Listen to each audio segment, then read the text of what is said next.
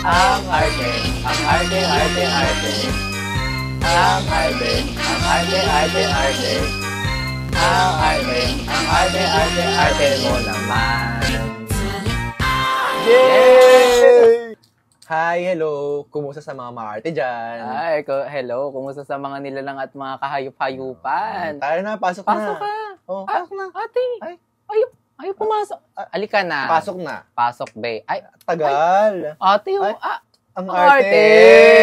Oh, pasok Alika na, na, pasok. Oh. Papakilala muna kami. Oh, ako nga pala si Arte Kim. Ako naman si Ate Seth. At ito ang Arte Mo Naman Podcast. So sa podcast na to, pag-uusapan natin yung mga personal na karanasan natin bilang mga artist sa Pilipinas, yung mga problema, yung mga ups and downs, tapos yung mga step by the step para talaga, para bilang artist sa Pilipinas, habang gumuguhit. Anong guguhit namin? Isa't isa. Oh, diba? Anong gagawin mo? Oh, sali ka. Sali ka. Guhit mo kami. Hindi, arte. Arte tayo guhit mo yung sarili mo. Guhit mo yung sarili mo. Kailan ka pala nag-drawing? Matagal na. Hindi na siya nagdo-drawing. Ayun nga. Drawing ka dyan. Gawin mo ito motivation para mag-drawing ka, di ba? Ayun. Ito na nga. Naganda kami ng mga katanungan habang nag-drawing, nakasagutin namin. Tapos, kinik-kinik ka lang dyan, drawing ka. Drawing ka, babe. Kaya may assignment ka. Habang ginagawa mo yon, mayinig ka sa amin. Yes. Ayun. Share. Like. Ayun, so. Ano nga ba ang una nating katanungan? Tungkol muna sa atin. Ano nga yung anong kurso na tinitake natin? Tapos, bakit yun ang kinuha natin na kurso? Ayun. Yes. Ang kursong tinake ko ngayon is BMMA Animation. Bakit ganyan yung course na kinuha ko? Kasi yun yung course ko nung senior high school, which is merong animation na course dun sa public school namin. So, ito yung parang option ko, safest option na familiar ako sa pag-a-animate. Ikaw, ano bang kinuha mong course? Yun din. Yun din? Bakit? Ginaya mo. Ay, ang arte. Grabe. Ate, galit. Ayun, BAM Animation. Yan. Bakit? Bachelor's in Multimedia Arts Animation. Yun. Pero, ba't ko nga ba kinuha yun? Ano muna? Hula mo, anong tinake ko na strand nung senior high school? Gagamitin natin yung power of the plant. Ano? STEM. Wow! Nagko-connect talaga. May connection. Sunflower and Ayun. So, bakit ko nga ba kinuha yung course na to? Bakit? Alam gusto mo ba? Ko eh. Ay, gusto niyo. Ay, attitude na siya. Ang arte ng attitude pa. Grabe naman. Ayun, kasi tinake ko siya kasi gusto ko mag-drawing. Grabing sagot yan. Ang daming laman. Di ba, anong connect? Kasi nag-take ako ng STEM. Ba't di ako mag-take ng STEM na, di ba? STEM na path. Pero, tinake ko pa din isa, Kasi, sa amin, wala sa aming strand na, art, na, ayun, sa arts, sa senior high school. Kaya yun, napilitan ako mag-STEM, saka, doon din yung mga kaibigan ko. Kasi common, di ba, sa senior high school, yung mga strand na STEM, UMS, tsaka ABM. So, wala masyadong option sa arts. Oo. Yun. Tas mahal din kasi pag kapag yung mga private na tulad ng CIT. Lalo na pag nasa taga-probinsya, ayun sa Nueva Ecija, wala masyadong courses na ganon. Yun. Adi, yung tinake ko ngayong college. Ayun. Ang animation course. Medyo nalolos na ako sa pagdodrawing. So, ano naman ang ating next question? Ngayon na kilala na natin si Arte Seth. Yung next question naman natin, yung next na katanungan, ano nga ba yung pakiramdam mo ngayon bilang isang young artist? Okay lang. Grabe. Okay lang. Pagod na. Pagod na. Siyempre, ang daming backlogs. Tingin mo, nakakuba na nga sa sobrang daming backlogs. Pero stay positive pa rin talaga. Makikita mo talaga sa school na to. Pagiging positive. Sobrang lively ng mga tao. So, mababawasan talaga yung mga problema mo sa nararamdaman sa sarili. Ikaw, kamusta ka ba ngayon? Pagod na. Pagod na. Oo. Gano'n ka pagod? May hingalin ba? Ayun. Arte, no? Arte. Pagod Hindi, na kasi pagod ano, siya. Kasi ang dami nating ginagawa. Lalo na ano. Oo nga. Finals na din. Finals na din. Kung sa mga nagpa-finals. Mga finals dyan, CIT. Good luck. Ginagawa namin yun. Finals din. Finals to. Panoorin nyo to. Para tulungan tayo sis. Panoorin namin sa inyo. Huwag ka maarte. Tulungan nyo kami. Yun. So, ayun na nga. Ano din, syempre bilang isang young artist, marami rin tayo mga tinatahak na problema, gano'n. Mga kalbari sa buhay.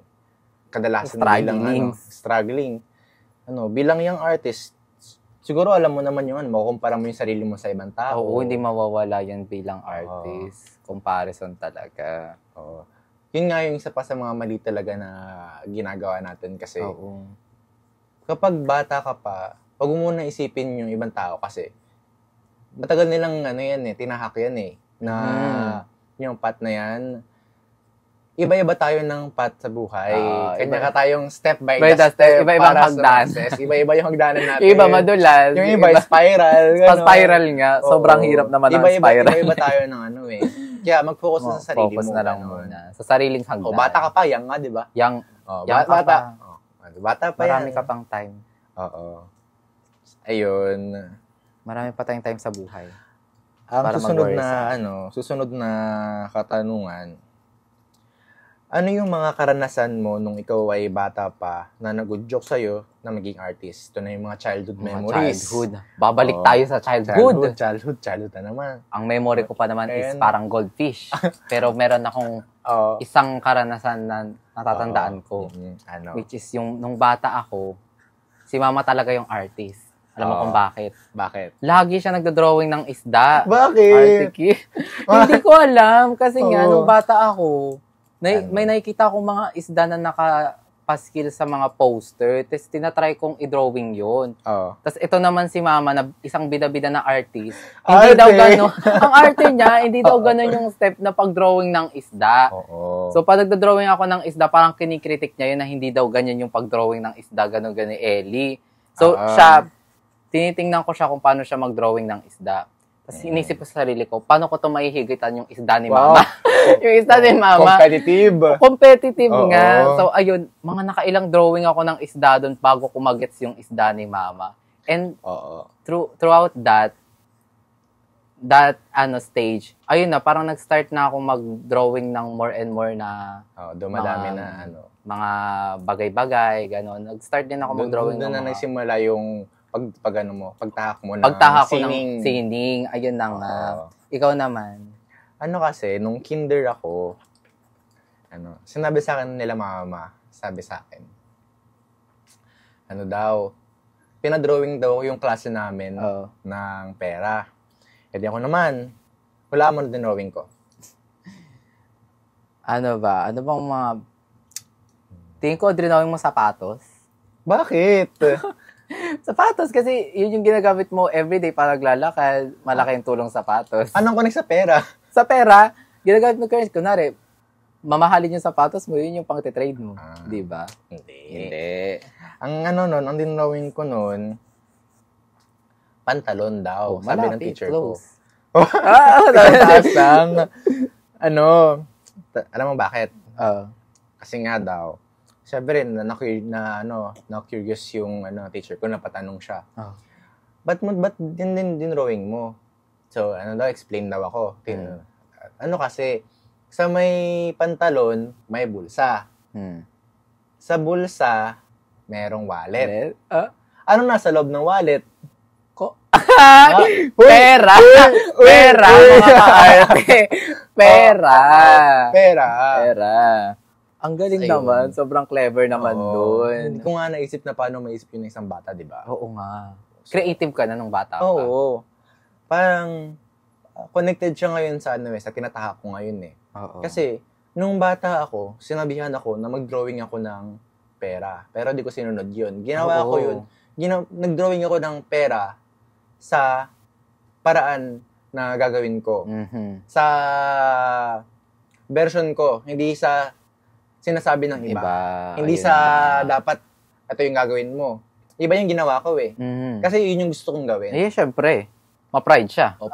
Parang sa ngayon, kasi madalas, yung mga kabataan na gustong tahakin ng sining, mas pinipili nilang tahakin yung mga nasa STEM kasi nga, sinasabi ng pamilya nila, yung dapat yung take mo, dapat mag-nursing ka, architecture, dapat doktor. Yun nga, mga common jobs. Kasi nga, yun daw yung may pera. Pero, parang nung bata ako, tinatahak ko ngayon siya, hindi ko ginawa yun. Tinahak ko yung gusto kong tahakin para sa kinabukasan ko. Dinrawing ko yung pantalon noon, kasi yun yung version ko ng gusto kong tahakin ngayon. Pinili ko to, imbis na sabi sa akin, kailangan mo i-take, gawin mo to. Kasi yun yung instructions ng society natin para maging successful. Breaking society cost. Iba yung step by the step ko. Iba yung yung formula. Iba. Ibang formula. So, yun, wala pa nung bata, parang yun yung sa akin. Hala, wala pa pala nung bata. Yun na pala yung gusto kong takin sa ngayon. Ayun. Yun parang yun yung naging childhood. Yun ba yung nagpapa-spark sa'yo? Oo, kasi paano ko maisip yun? Bata pa lang ako. Paano ko maisip yun, di ba? Parang naka-built-in na sa kanya. Iba-iba talaga tayo ng gusto sa buhay, tsaka yung mga tatahakin. Which is, ang ganda. Na iba-iba tayo ng path. Iba-iba tayo ng gusto. Ito pa yun. Great uniqueness talaga. Ito pa yun. Di ba? Naisip ko din. Maraming mga version ng pantalon. Merong mga mom jeans. May denim. May mga denim. May mga khaki. May mga ripped jeans. Yan. Iba-iba talaga eh. So, pipiliin mo lang kung anong pantalon yung para sa pat mo. Pants. Pat, tas pants. Di ba? Oo. Iba-iba yung iba-iba yung para sa'yo. Ikaw na mapili kung anong pat yung gusto mo, kung saan ka sumasaya o nag-enjoy. Kung kasya ba yung pants. Yun yung pipiliin mo. Kasi, yun yung para sa'yo.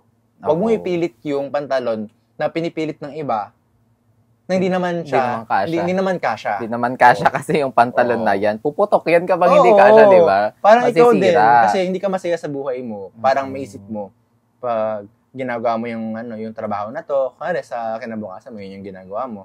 Kasi hindi ka masaya. Siyempre, hindi maganda yung kakalabasan.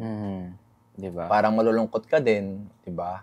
Mas ma-prone siya sa burnout. Hindi lang siya para sa mga artists, para siya sa lahat. Para sa lahat kasi kung nag-e-enjoy ka sa trabaho mo, kunwari, kahit STEM pa 'yan. Kung doon ka nag-e-enjoy, go. Yun yung suotin ng pantalon. Pantalon mo 'yan eh. Hindi na pantalon yan. Sa'yo yun ba? Lalaban mo yung pantalon na yan. Forever mo nang suot. Parang gano'n. Yun.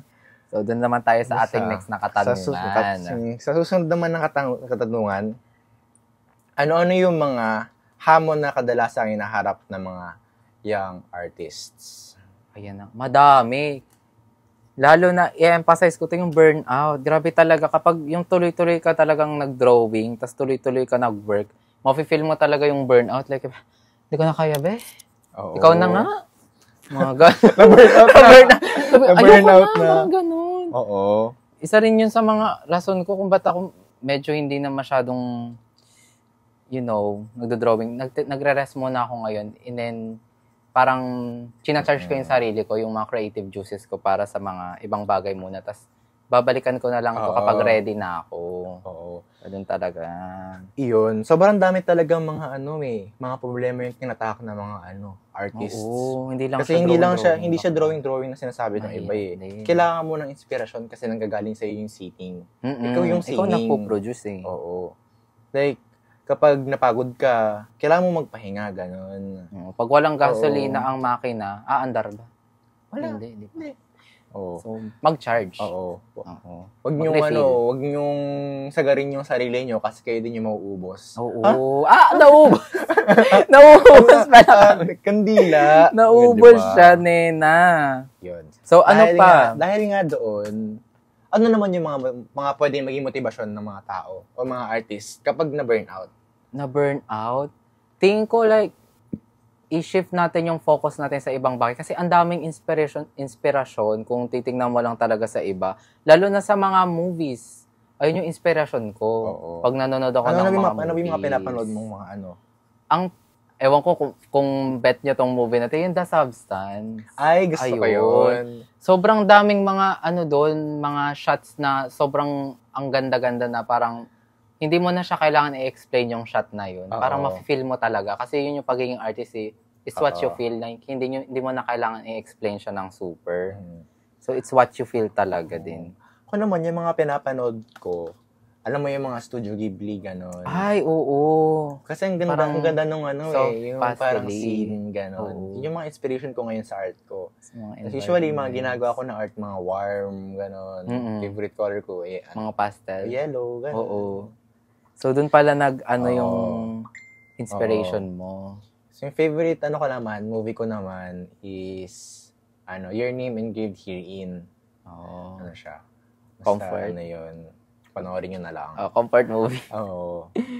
Comfort movie. Tapos, isa pa sa mga pwede mong gawing motivasyon para kapag may burnout ka, kailangan mong humanap ng mga inspirasyon kung ba't mo sinimulan. Kailangan mong bumalik. Ba't ka ba nagsimula mag-drawing?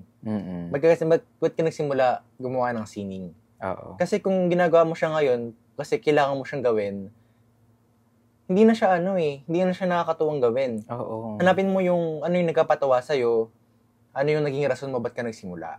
Go back to your roots. Kaya nga. Oo. Go back to your childhood. Masyado kang na tunnel vision dun sa gusto mo talagang gawin na hindi mo siya nagagawa. Yun. Tapos, paano nga ba? Yung sinasabi ko lang Ayun, ano yung mga nagustuhan mo, kaya yung mga gusto mo na kuwari may mga artist na nilook up. Madami. Wag mo i-compare sarili mo sa kanila. Gawin mo silang inspirasyon sa ginagawa mong sining.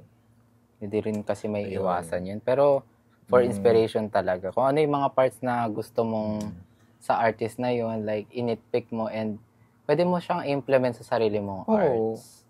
Like, kung paano siya magkulay, kung paano siya mag-sketch, pwede mo siyang i-implement sa sarili mong art style. Pero, kung pagod ka na talaga, huwag mo na ipilit. Huwag na ipilit kasi. Oo. Masalo ka lang mababurnout dyan. Baka sumabog pa ang kotse. Oo. Yung walang gasolina na kotse, sumabog. Ano ka muna? Pahinga ka muna. Take a rest. Refuel muna. Take a rest. Bakit Take a rest. Yun. So, take some rest. Tungo na tayo sa susunod na topic. Bilang Pilipinong artista. Ano yung pangunawa mo sa ano yung pangunawa ng mga Pilipino sa art bilang trabaho? Controversial yan, Oo. Meron maraming nagda-doubt sa path ng pagiging artist. Like, may makukuha bang pera dyan sa pagdodrawing na yan?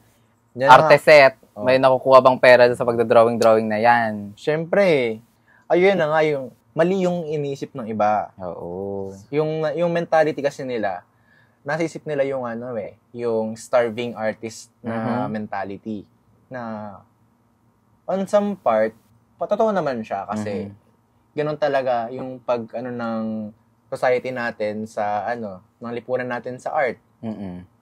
Pero sobrang daming mga oportunidad na pwede nating tahakin sa art.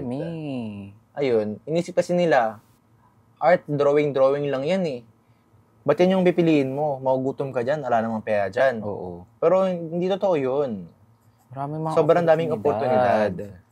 Diba? Na nag-uusbong yung digital age. Maraming mga umuusbong ng mga graphic artists. Ano nga ba yung mga pwede nilang tahakin sa sa art na mga trabaho?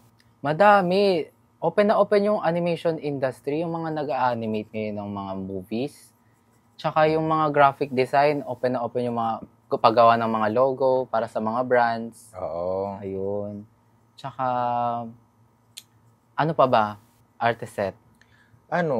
Di ba nga, dun nga sa mga brands, lahat na nakikita yung mga brand ngayon, kahit mapakape pa yan, yung mga logo, yung mga nasa billboard, yung mga magazine na tinitignan nyo, yung mga pinapanood yung mga animation, yung mga pinapanood yung mga palabas, yung mga, mga telenovelang pinapanood nyo. Wala yan kung wala yung mga artist. Yung mga logo pa lang, artist na ang gumagawa. Yung lahat ng mga binibili yung mga ano na yan, yung mga binibili yung mga bagay-bagay, artist sa mga nag-design yan. Hindi nyo bibili so, madami talagang opportunity. Tingin ka sa gilid mo. Art yan. Art yan. Tingin ka dito, art yan. Madaming art dito. May pera dyan. May pera. Tapos, kung isipin mo talaga. Ayun. Sa ano naman natin, personal na experience. Ikaw, sa tingin mo, ano na yung naranasan mo na nagkaroon ka ng pera sa sa art? Isang karanasan na naaalala ko na nagkaroon ako ng pera dyan is yun sa school fair. Oo. Yung sa mga subject ng senior high school, I think TLE ata yun. Oo. Parang para siyang school fair na gagawa kayo ng services. Kasi di ba yung iba nagluluto ng bilo-bilo, ganun. Sa amin, ang services namin henna. Wow! So, very artsy talaga. Very artsy. So, parang, ang arte masyado. So, parang, yung customer namin, para siyang magpapakita sa amin ng references na gusto nilang ipahena sa balat nila. Tapos kami din naman, kung may hindi sila bet or wala silang idea, kami yung mag-i-sketch para sa kanila ng mga design. So, itatato namin yun dito. Henna lang naman siya, so hindi naman siya permanent. Iba talaga ang ang sining, isa siyang part ng expression ng mga tao. Ang kit-kit nga kasi pati mga teacher, gusto rin magpahena, kaya sasabihin yung drawing lang yan, walang pera dyan. Hindi, mali kayo. Maraming mga oportunidad. Ikaw ba, ano ba ang pinagkakitaan mo sa art ngayon?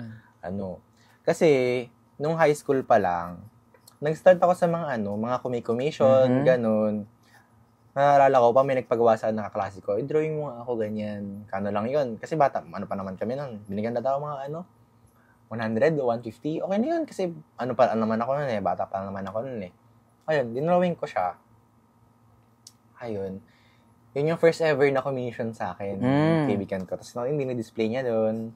Sarap sa feeling na display yung work mo. Na-appreciate talaga nila. Lapis, tapos papel.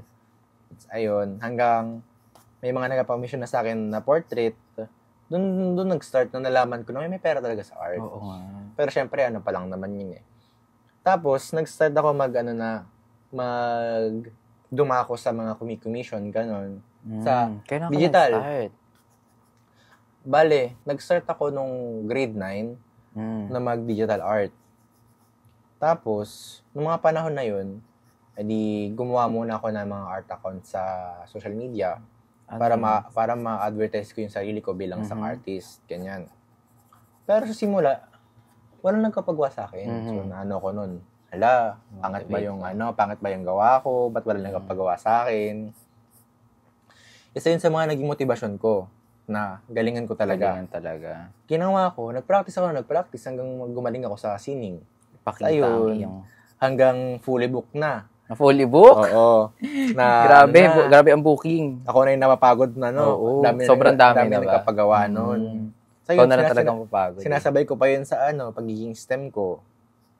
So, matagal na rin pala. So, assume ko senior high yun. Oo. Tapos, nag-college na. Siyempre, nahinto na medyo.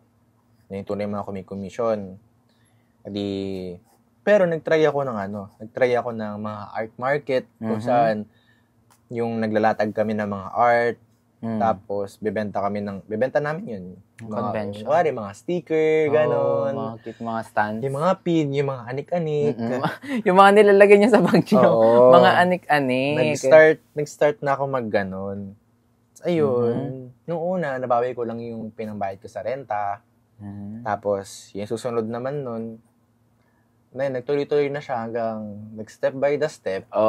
Lumakay na yung income. Tumataas na, nakapundar na. Hanggang, yun na yung yun na yung naging parang isa sa mga pinagkukunan ko ng pera. Ngayon, kasi mag-isa lang ako dito sa mag-isa ako dito sa apartment ko. Isa nakatira. Ayun, yun yung isa sa mga pinagkukunan ko ng pera. Ayun, so may pera talaga sa art. Marami may gusto ng art. Hindi lang nila masyado na-pursue. Oo. Kasi, kung i-imaginein mo, lahat naman tayo nung bata, parang nagdo-drawing. Like, ang cute-cute nga nung mga bata dati, di ba, nagko-color-color sila ng along the lines, mga ganun-ganun. parang pag tumatanda ka, parang nagda-die down na siya. Alam mo bakit? Bakit? Habang tumatanda tayo, mas pinupush tayo na matuto sa mga math, Ayun nga. matuto mag-science. Mas pinupush tayo sa mga STEM fields eh. Nawawala na yung pagiging creative natin eh. Yun nga. Ayun, may mga study na yun eh. May mga study na mas pinupush sa pag-aaral yung mga ganong kurso sa sa college hanggang bawat baitang nung elementarya. Nawawala na yung pagiging creative natin. Oo nga. Parang hanggang pag tumatanda na tayo, kailangan natin maging practical. Oo, ayun, practical. Nawawala na yung yung mga bata talaga, sobrang creative niyan. Katulad nung nangyari sa akin, di ba? Oo. Di ba? Madami mga creative na, oo. Yung nangyari sa'yo dati. Yung drawing talaga ng isda. Habang tumatanda ka, nawawala na yung spark. Nawawala yung spark. Kaya nandito kami. Nandito kami para i-reignite ang spark. Bubuhayin namin nasa loob mo. Pusong natutulog. Ay, grabe naman siya. Ang arte naman. Ang arte. Ayun. Tapos, meron din ako mga partner store. Ayun. Isa lang, ilan lang to sa mga pwede mong itahakin. Yung mga art ko kasi, yung gumagawa ko ng mga pins, mga stickers, binibenta ko siya sa mga stores. Sa ba yung gawa niya? Super cute. Ayun, mga pins, stickers. Ayan, nakakatawa kasi may mga tao talagang bumibili ng art mo. Tapos pag nalaman mong, meron palang may gusto ng art ko. Sobrang sarap niya sa pakiramdam. Sarap sa feeling. Parang yun yung nagiging isa sa mga motivasyon ko na gumuhit at gumawa at i-share yung art ko sa maraming tao. Sobrang nakaka-warm lang ng heart na ina-embrace na siya ngayon. Na meron palang talagang may gusto ng art ko. Oo. Ayun. Talaga rin isa sa inspiration eh. Yun, yung susunod naman ay yung mga kasalukuyang karanasan natin sa kurso natin. Ayun, tapos yung mga expectation natin sa kurso na to. Yun. Ayun. Ano muna yung BAMA? Ang BAMA is Bachelor of Multimedia Arts. In. Oo. Multimedia Arts. In Multimedia Arts. Bachelor of... Ano yung Bachelor? Bachelor in Multimedia Arts. Yun. Doon pumapasok yung mga kursong graphic design, animation, tsaka film. Bali, halo-halo. Halo-halo. Halo-halo. May ube.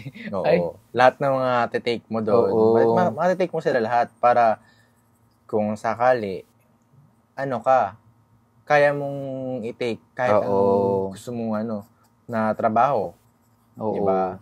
Meron kang experience sa lahat nun. Parang halo-halo siya. Ang galing niya eh. Para ma-experience mo lahat. Saka, kung di mo pa alam anong gusto mong tahakin sa akin na dun mo na i-figure out, diba? Parang, gusto ko palang gawin to, diba? Parang maganda rin siyang course, gano'n. Flexible. Like kung sa film, tuturuan ka nila kung paano mag-film, tuturuan ka nila kung paano mag-graphic design, gumawa ng logo, mag-animate. Lahat talaga matitikman mo. Halo-halo na to. Ayoko Grabe. Mas kasabay pa yan. Ayun nga. Pero nakakapagod din. Pero masaya din siya. Pag nakikita mo yung... Ayun nga. Masaya ka ba talaga sa Masaya ka ba ngayon? Masaya. Pero masaya. Masaya din. Siyempre, kapag nakikita mo yung mga kapwa mo ka-artist, ka-arte, ayun na sila din is parang masaya din and meron din silang mga problema na relate din sa'yo. Ganun. Diba? May kita mo like, sis, kamusta ka na? Pagod na ako, sis. Ay, pagod din ako. Makakabuild ka talaga ng connection. So, parang meron ka talagang karamay. Yun din talaga yung sa tingin ko, medyo controversial to. Pero, sa paningin ko, mas importante talaga yung pag-build ng connection, lalo na sa college. Kaysa sa mga, tinuturo sa atin sa mga kurso. Add-ons na kasi yun. Oo. Para sa akin, yung college talaga, para siya sa pag-build mo ng, ng mga connection. Lalo na sa, art industry natin. Diba? Oo. Kailangan mo ng mga karamay. Oo, mga bakala, tsaka mga, social skills. Oo, diba? ina-emphasize din yun sa kurso namin, katulad nung UTS, tsaka yung kasi, mga retorika. Kasi mga kayo din kasi yung magkakasama eh. Lalo na sa industriyang to. Kayo din, baka nga magkakitaan pa kayo dun sa trabaho niyo eh. Dito ka rin nagwo-work eh. Ayun. Yun nga maganda rin magkaroon ng connection talaga. Medyo medyo mahirap nga lang ngayon. Oo. Kasi nga, yun, madaming mga pinapagawa. Oo. Isa pa yung yung laging sinasabi ng mga pamilya ng iba. Drawing lang naman yan eh. Ba't ang tagal mo bago gawin? Diba? Hindi po siya ganun kadali. Kasi nga, yung isang imahe na tinitingnan mo na akala mo kaya mong tapusin ng isang araw, hindi. May step din yan. Step by the step yan. Ayan. Sketch. Ilang minutes sa sketch. Paghanap ng mga references at saka inspiration. Pagkukulay. Doon talaga sa pagkukulay matitake yung time mo eh. Makakain yung oras mo sa pagkukulay. So, hindi talaga siya yung pangmadali ang gawa talaga. Mayroon din precise din. Step by the step din talaga. Oo. Skills na yun kapag sobrang bilis mo. Ay, sobrang bilis mo naman bakla. Grabe ka. Parang ganun. Mapapapalakpak ka na lang talaga sa sobrang bilis niya. Pero, yun. Iba-iba kasi tayo ng proseso ng paggawa eh. Hindi siya talaga yung konkreto na... Huwag niyong isipin na na dapat lahat sabay-sabay Iba-iba talaga tayo ng proseso.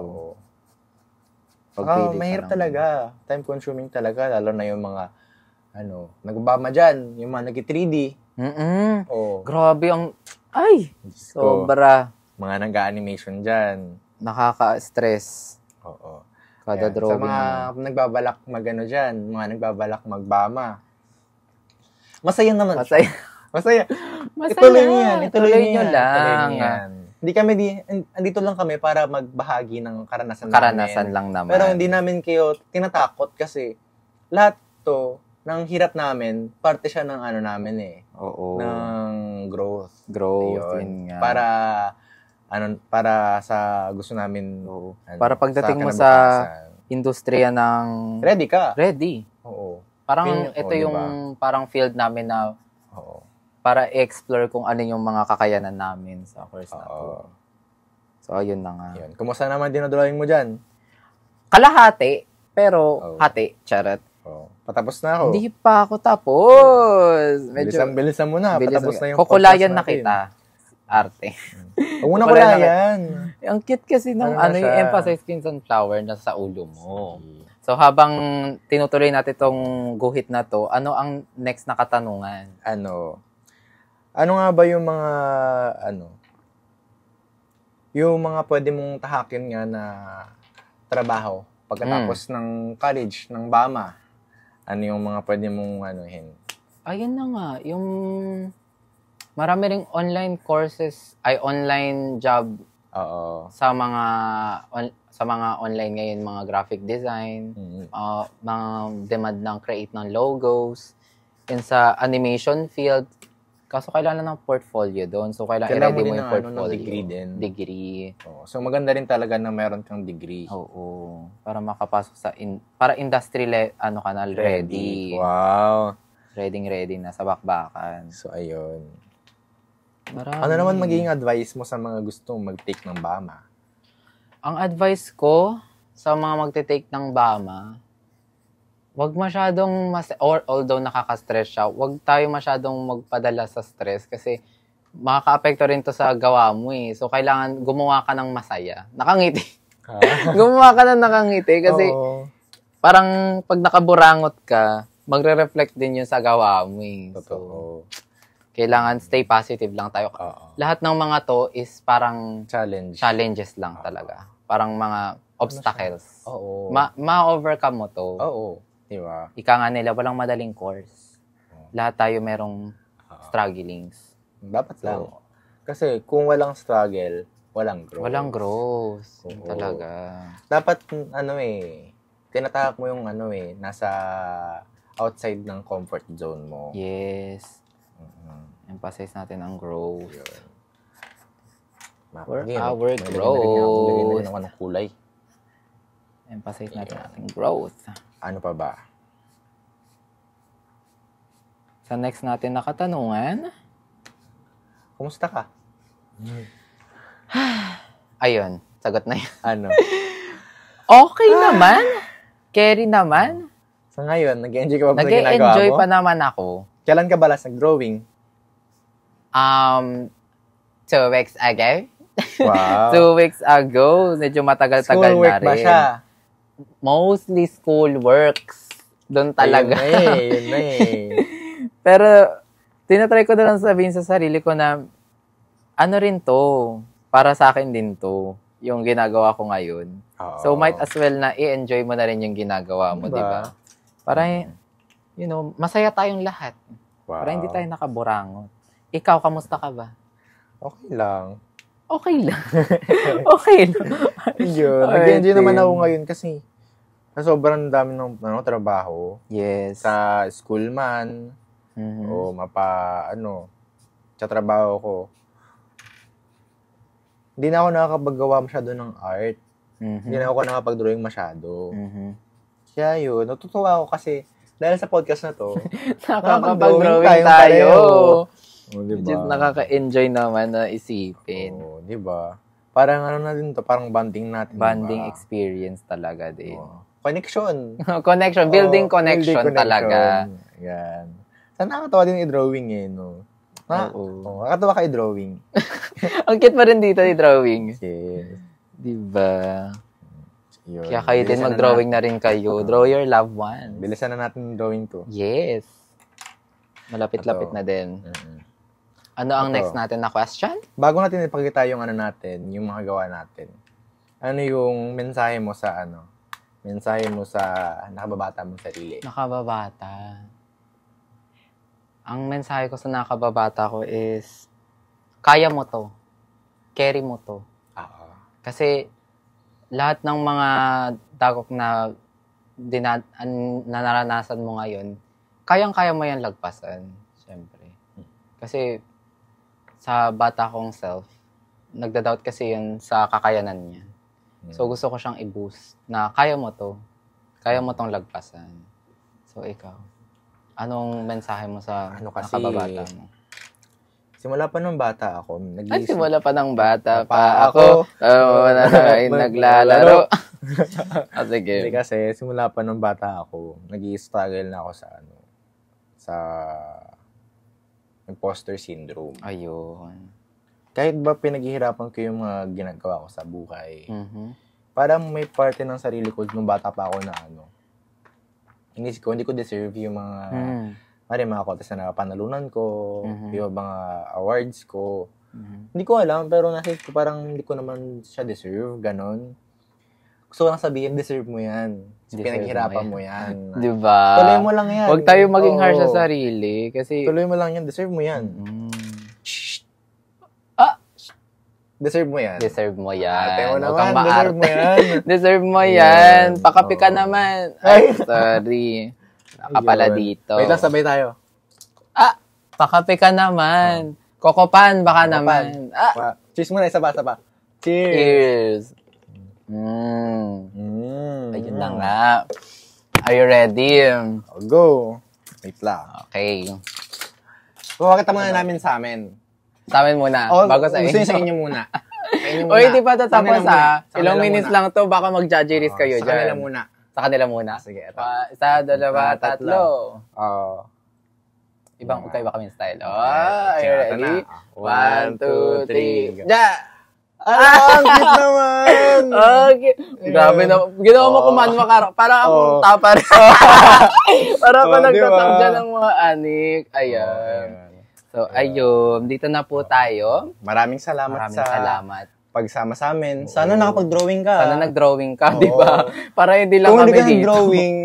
Kung hindi ka nag-drawing, arte mo naman. Arte mo naman, be. Kung may pendings ka pa na mga assignment o mga tasks, gawin mo na yan. Huwag ka na mag-inarte. Huwag na mag-inarte, gawin. Suotin mo din yung pantalon mo. Yun. Suotin mo yung pantalon mo. Follow your pantalon. Kahit barit jeans yan, pantalon pa rin yan. Yes. Kasyang-kasya sa'yo. Ibig sabihin lang nun, yun yung mga obstacles mo, mga pinaghirapan mo. Kaya siya napunit, di ba? Kaya nga, di ba? Trick nga. Kahit ripped jeans yan, ano pa din yan, fashion pa din yan. Fashion pa rin. Kasha pa rin. Kasha pa din yan. Maganda pa din yan, tiging trend nga yun. Trend nga yung ripped jeans Diba? Sobrang ganda. Yun lang. Salamat sa pagsama sa amin. Hanggang sa muli, mga kaarte.